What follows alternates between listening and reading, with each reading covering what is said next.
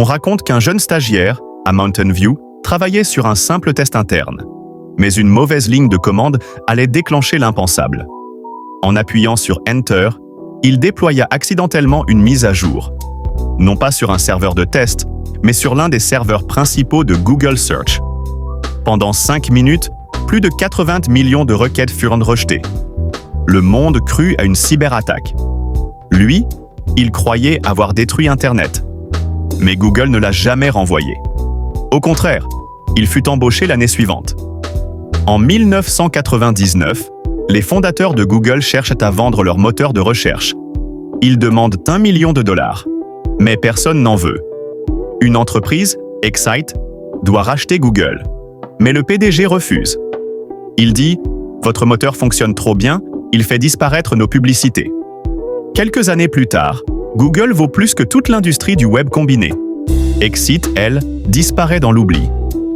Un soir de 2015, un ancien employé de Google tape par curiosité « google.com ». À sa surprise, le site est libre, il l'achète immédiatement pour $12.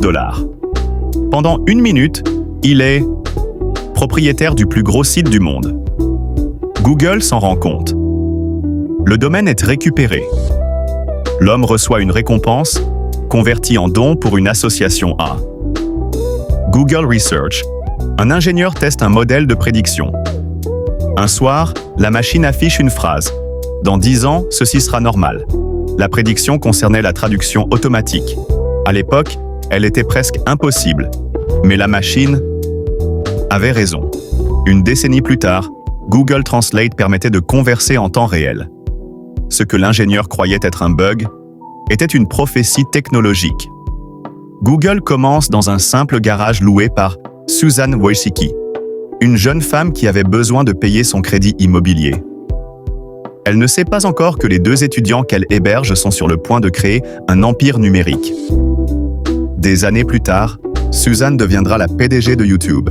Et ce garage deviendra l'un des lieux les plus célèbres de l'histoire de la tech.